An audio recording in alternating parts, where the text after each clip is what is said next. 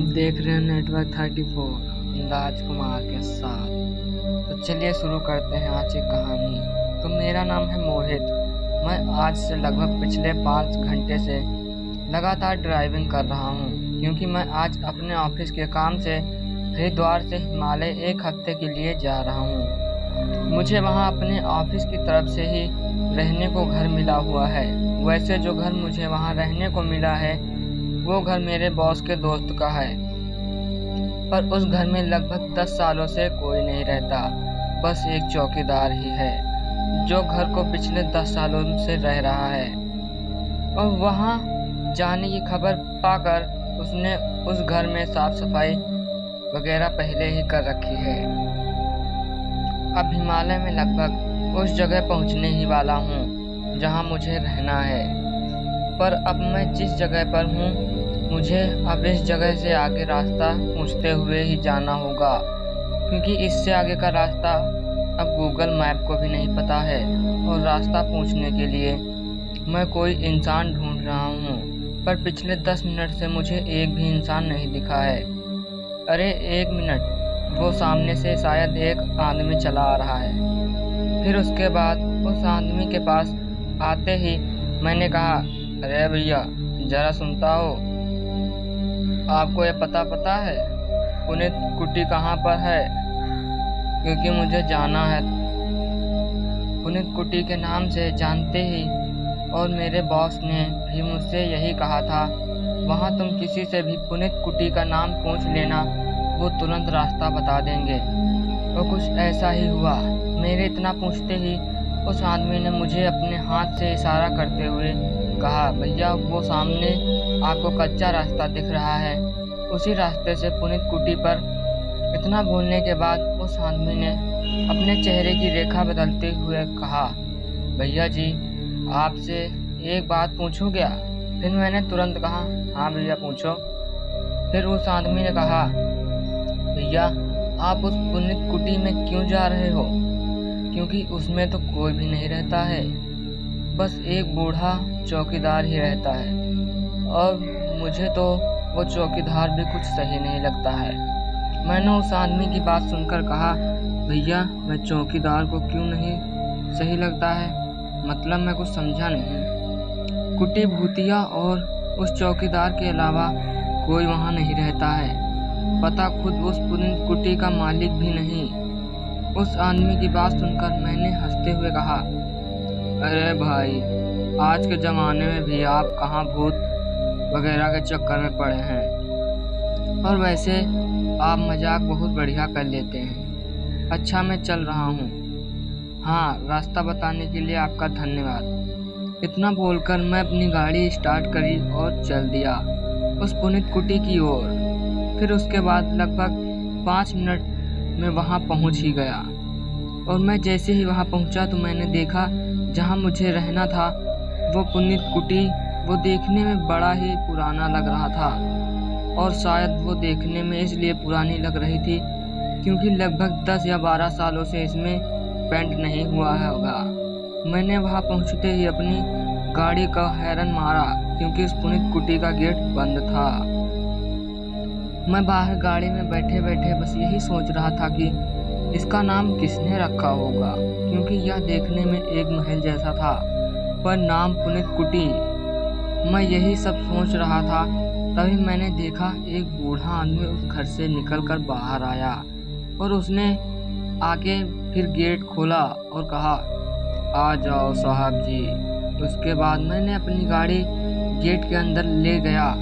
फिर मैंने गाड़ी वहीं खड़ी करी, और जैसे ही मैं अपना बैग लेकर अंदर जाने को हुआ, तभी पीछे से चौकीदार ने कहा, रुकिए साहब जी, आपको आपका कमरा दिखा देता हूँ। फिर उसके बाद वो चौकीदार मेरे आगे आगे चलने लगा और मैं उसके पीछे पीछे। पर जैसे ही मैंने उस घर को अंदर से देखा तो मेरी आंखें फटी की फटी रह गईं, क्योंकि वो घर नहीं बल्कि एक महल था। उसके बाद वो चौकीदार मुझे मेरे कमरे तक ले गया, और वो जैसे ही वापस जाने को हुआ तभी मैंने उससे कहा, अरे काका यहाँ कोई आसपास ढाबा है क्या? फिर उस चौकीदार ने कहा, जहाँ से तुम अभी आए थे उधर ही उल्टे हाथ की तरफ मुड़ जाना, वहाँ एक ढाबा है।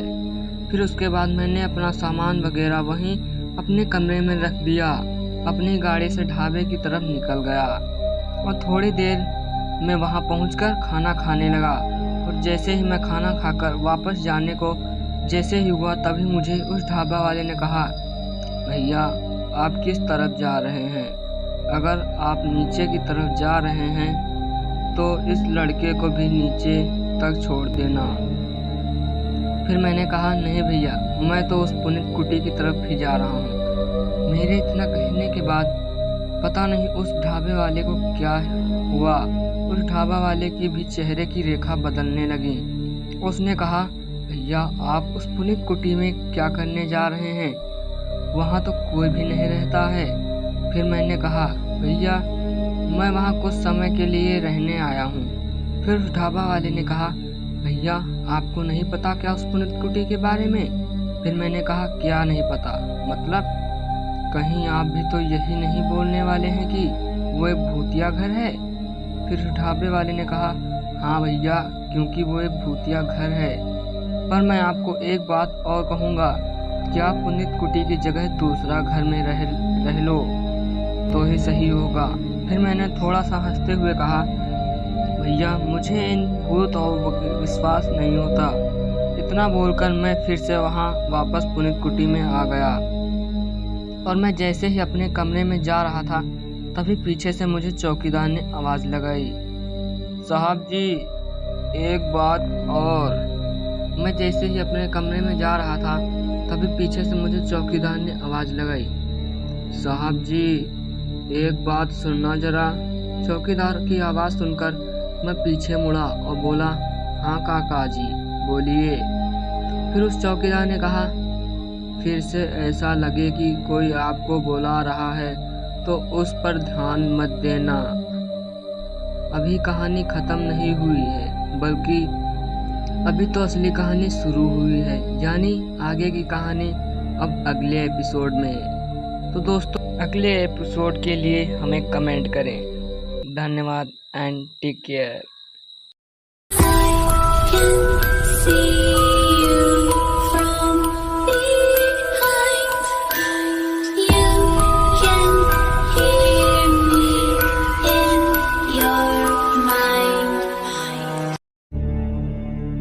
आप देख रहे हैं नेटवर्क 34 अंदाज कुमार के साथ। तो अगर आपने मेरी आवाज़ पहली बार सुनी है तो मेरे चैनल को सब्सक्राइब कर लें। तो चलिए बढ़ते हैं पार्ट 2 की तरफ। तो दोस्तों एक हॉस्पिटल पिछले 10 सालों से बंद पड़ा हुआ है। इस हॉस्पिटल के बंद होने का कारण यह बताते हैं कि 10 साल पहले इस हॉस्पिटल में डॉक्टर सागर रहा करते थे।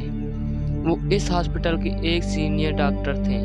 पर एक दिन जब डॉक्टर सागर हॉस्पिटल की छत पर टहल रहे थे तब कुछ लोगों ने डॉक्टर सागर को मारकर पानी की टंकी में डाल दिया था और उनकी मौत के कुछ दिनों बाद से ही इस हॉस्पिटल को हॉरर एक्टिविटी होने लगी और उसके बाद हॉस्पिटल में कई लोगों की लाश छत पर पड़ी मिली और कभी कभी तो खुद डॉक्टर सागर को कई लोगों ने हॉस्पिटल पर घूमते देखा था, जिसके बाद से इस हॉस्पिटल को बंद करना पड़ा और आज भी कोई उस हॉस्पिटल नहीं जाता है। सूरज और अखिलेश आज ही इस हॉस्पिटल के बगल वाले हॉस्टल में रहने को आए थे। पूरा दिन घूमने के बाद दोनों जब हॉस्टल वापस जा रहे थे तब सूरज की नज़र इस हॉस्पिटल की तरफ पड़ी। फिर उसने अखिलेश को हॉस्पिटल दिखाते हुए कहा, अरे भाई यह हॉस्पिटल बंद क्यों पड़ा है? ऐसा लग रहा है जैसे कई सालों से यह बंद पड़ा हो। सूरज की बात सुनकर अखिलेश बोलता है, मुझे क्या पता भाई, मैं तो तेरे साथ पहली बार ही यहाँ आया हूँ। यही सब बताते हुए दोनों अपने हॉस्टल में पहुँच जाते हैं और फिर वहाँ पहुँचते ही सूरज हॉस्पिटल के एक आदमी से पूछता है, अरे भैया वो हॉस्टल के बगल वाला हॉस्पिटल बंद क्यों पड़ा है? सूरज की बात सुनकर वो आदमी बोलता है, क्योंकि भैया वो एक भूतिया हॉस्पिटल है, इस वजह से। उस आदमी की बात सुनकर फिर सूरज बोलता है, अरे भाई जी मजाक मत करो, और कुछ सही में पता हो तो बताओ। सूरज की ऐसी बात सुनकर वो आदमी इस बार थोड़ा दांत पीसते हुए बोलता है, अगर मेरी बात पर विश्वास नहीं तो खुद ही जाकर देख लो। इतना बोलकर वो आदमी वहां से चला जाता है। उसके जाते ही अखिलेश सूरज से बोलता है, अरे तू भी कहाँ इस पागल की बातों में आ रहा है।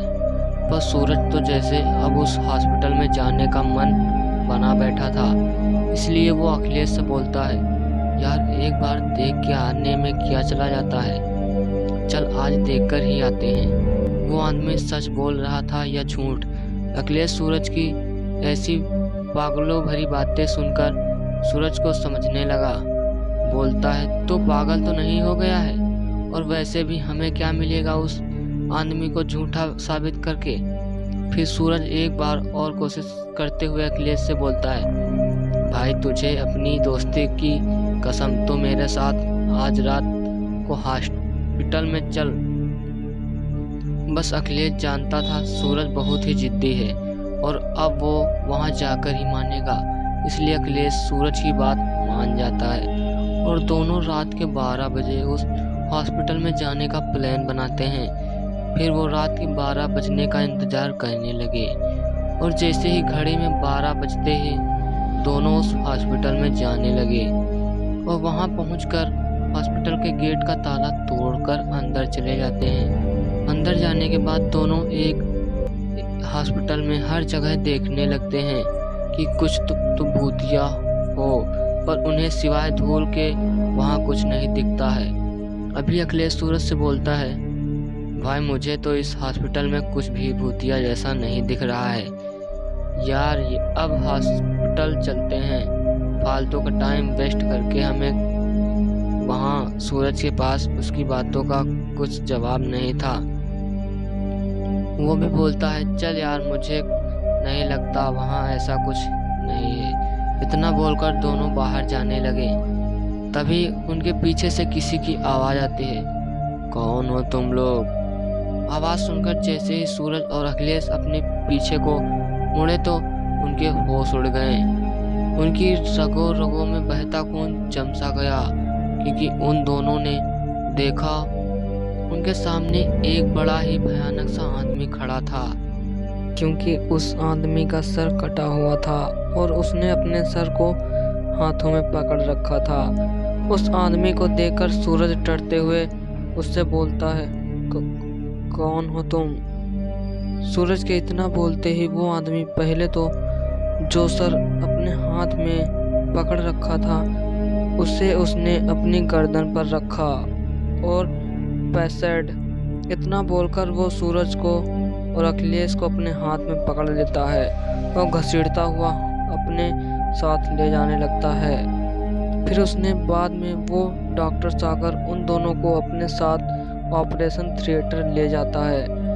पहले तो वो अखिलेश को एक कुर्सी में बांध देता है, उसके बाद सूरज को ऑपरेशन थिएटर बेड पर लेटा देता है और कैंची से उसका पैर काटने लगता है और काटते काटते सूरज के दोनों पैर लग कर के रख देता है। सूरज दर्द से तड़प रहा था और चिल्लाया जा रहा था, पर उस डॉक्टर सागर पर उसका कोई असर नहीं हो रहा था। तभी अखिलेश के हाथ में बंधी रस्सी अपने आप खुल जाती है और अखिलेश जिस कुर्सी पे बंधा था उसको उठाकर डॉक्टर सागर के सर पर मार देता है। कुर्सी डॉक्टर सर के लगते ही उसका सर नीचे गिर जाता है। अखिलेश थोड़ा भी खुश हो पाता उससे पहले ही डॉक्टर सागर का सर अपने आप उड़ता हुआ डॉक्टर सागर की गर्दन पे लग जाता है। अपने आप उड़ता हुआ डॉक्टर सागर के गर्दन में लग जाता है। अखिलेश बस खड़ा खड़ा यह सब देख रहा था। वो बेचारा कर भी क्या सकता था, और सूरज को तो अपने गर्दन के आगे कोई होश ही नहीं था, क्योंकि बेचारे के दोनों पैर जो कट चुके थे। तभी डॉक्टर सागर अखिलेश की तरफ मुड़ता है और बोलता है, अच्छा, तुम्हारा दिमाग का ऑपरेशन करना है। इतना बोलकर ही डॉक्टर सागर ने अखिलेश को पकड़ लिया और घसीटते हुए उसको ले जाकर सूरज के बगल में लिटा देता है। अगले दिन जब वहां के पास के लोगों को हॉस्टल का गेट खुला दिखता है तो लोगों ने सोचा कि हॉस्पिटल में चोरी हुई है। इसलिए वहां के लोगों ने पुलिस को बुला लिया और पुलिस ने जब अंदर जाकर देखा तो उनको लोगों की कटी पिटी लाश मिली। सूरज की लाश के तो दोनों पैर कटे हुए थे। अखिलेश का सर ऊपर से कटा था।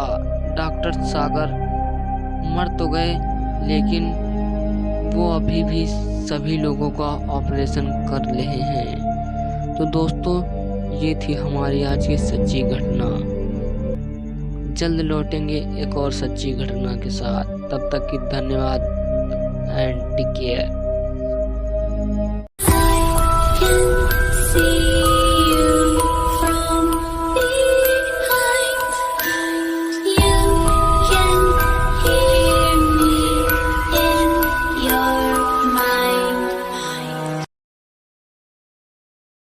नेटवर्क 34। तो चलिए बढ़ते हैं आज की कहानी की ओर। तो यह कहानी है जतिन, आशीष और अखिल की। उस जंगल में भागते भागते काफ़ी देर से हम बहुत ही थक गए थे। वैसे थके तो खैर हम पहले भी थे, लेकिन अभी जो उस पेड़ के ऊपर देखा था उसकी वजह से हम लगातार भाग रहे थे। अब मेरी सांसें बहुत ज़्यादा फूल चुकी थी, मुझसे बिल्कुल भी भागा नहीं जाता था। जतिन, आशीष, अखिल भी थक गए थे, इसलिए हम लोग एक ही जगह पर अचानक से रुक गए और अपने आप को थोड़ा सा आराम देने की कोशिश करने लगे। पर अभी हम वहाँ रुके ही थे, थोड़ा अचानक पीछे से किसी की औरत की तेज हंसने की आवाज़ सुनाई देने लगी। आवाज़ सुनते ही वो हंसी की आवाज़ हमारे रोंगटे खड़े कर रही थी। वो आवाज़ ऐसी थी कि किसी को भी डरा दे रही थी। उसके बाद हमने हिम्मत करके अपने फ़ोन की फ्लैश लाइट जलाकर पीछे की तरफ देखा, लेकिन हमारे पीछे कोई नहीं दिखाई दे रहा था। पर वो हंसने की आवाज़ अभी भी हमारे कानों में गूंज रही थी। ऐसा लग रहा था कि जो भी औरत हंस रही हो वो हमारे आसपास हो। अब हम लोगों की हालत ऐसी हो गई थी जैसे हमारे शरीर पर एक साथ लाखों चींटियां छोड़ दी हो और एक साथ काट रही हूँ। पर उसके बाद हम चारों ने फिर से भागना शुरू कर दिया। पर ऐसा लग रहा था जैसे हमारे साथ वो हंसी की आवाज़ भी भाग रही हो, क्योंकि वो आवाज़ हमारे कानों में अभी भी साफ साफ सुनाई दे रही थी।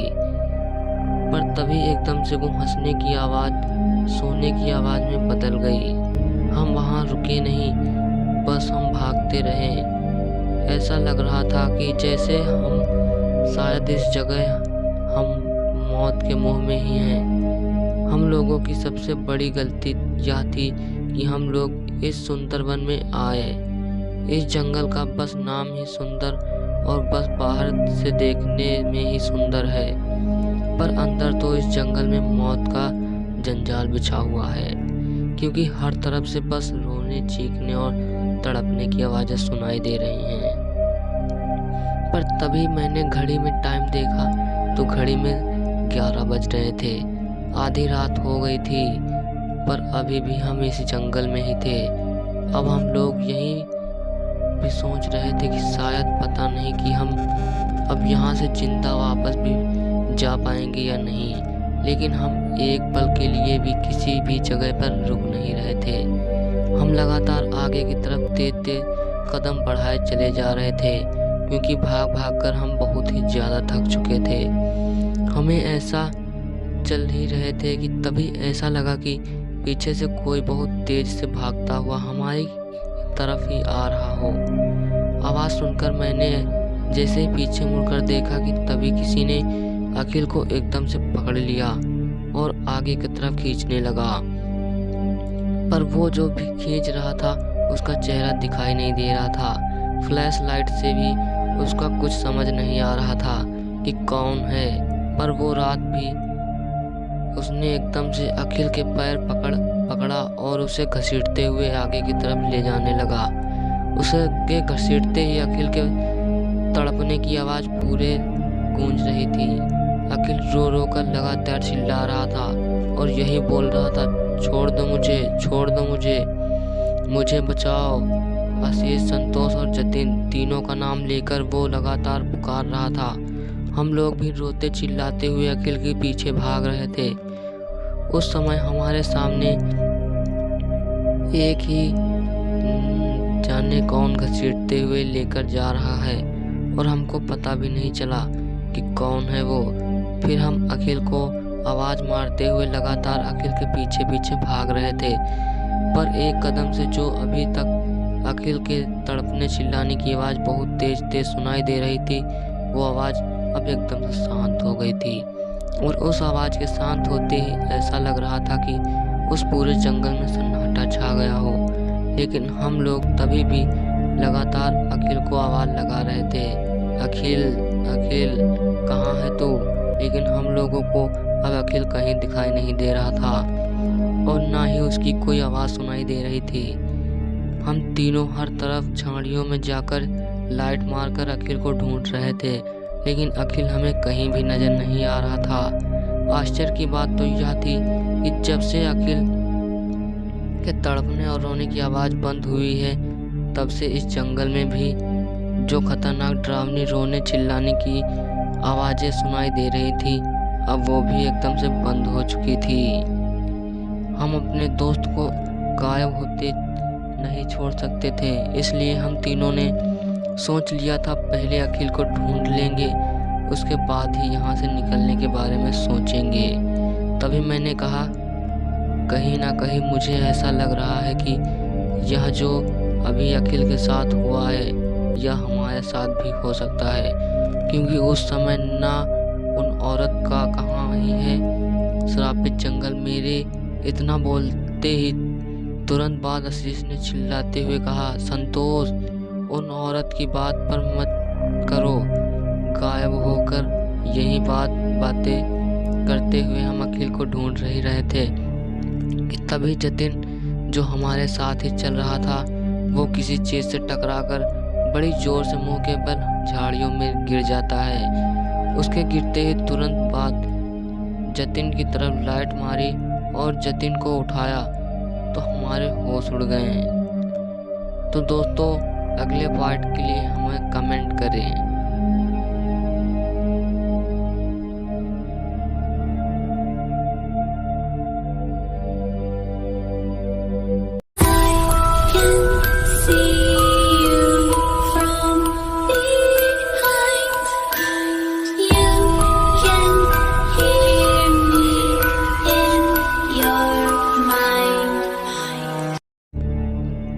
आप देख रहे हैं नेटवर्क 34। तो चलते हैं आज की कहानी की ओर। दोस्तों, आपने बहुत से ऐसे तालाब देखे होंगे जिसकी किस्से बहुत ही मशहूर और फेमस होते हैं। उन सभी तालाबों में से एक ऐसा भी तालाब है जिसका पानी पीने से लोगों की रूह कांप उठती है। यह बहुत ही खौफनाक और दिल दहला देने वाली घटना है। दोस्तों, इस तालाब के आसपास भी लोग जाने से इतना क्यों डरते हैं? चाहे तो इस स्टोरी में हम आपको इस तालाब के रहस्य के बारे में बताएंगे। तो चलिए अब बात करते हैं इस तालाब के बारे में। यह कहानी शुरू होती है गोरखपुर के एक गांव के पास। एक ऐसा तालाब है जिसका पानी पीने से लोग डरते हैं, जबकि वह पानी साफ भी है, लेकिन फिर भी कोई पानी क्यों नहीं पीता?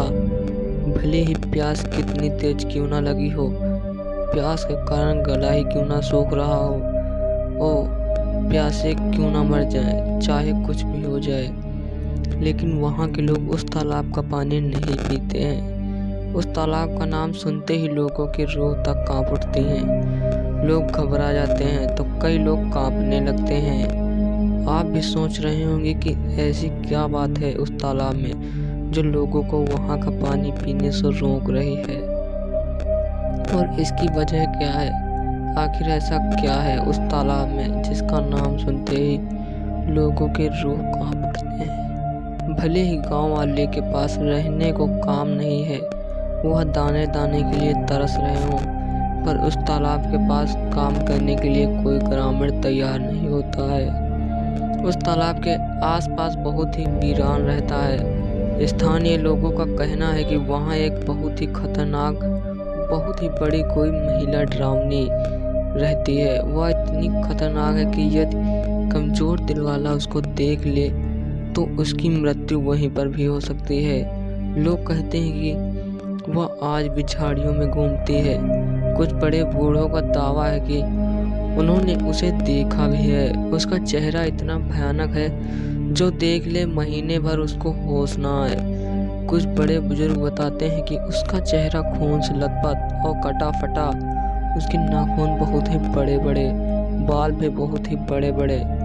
बड़े बुजुर्ग बताते हैं कि वह इंसान से बदला लेती है। गांव वाले बताते हैं कि शाम 6 से 7 बजे के बाद यहाँ फिर अंधेरा होते ही वह आत्मा उस स्थान पर अपना कब्जा जमा लेती है, और जो भी इस तालाब के पास जाता है वह रहस्यमय तरीके से गायब हो जाता है, और फिर दोबारा वह लौट कर नहीं आता है। लोगों का कहना है कि वहां जाने वाला कोई भी उसे देख नहीं पाता, पर झाड़ियों के पीछे उसके होने का एहसास होता रहता है। उसके होने का एहसास लोगों को डरा देता है। कई तांत्रिकों को बुलाकर लाया गया, लेकिन वो लोग भी कुछ नहीं कर पाए। उस तालाब के बारे में लोगों के अनुसार एक महिला को उसके पति ने जलाकर मार डाला था। वह महिला बहुत ही तड़प तड़प कर मरी थी। वह इतनी ज्यादा तड़पी थी कि जिसके बारे में आप सोच भी नहीं सकते। उसके बाद उसकी आत्मा यहीं भटकती रहती है। शाम होते ही गांव वालों का कहना है कि रोने और बचाओ बचाओ की तेज डरावनी आवाजें सुनाई देती हैं। तो दोस्तों, यही थी आज की हमारी सच्ची घटना। जल्द लौटेंगे एक और सच्ची घटना के साथ।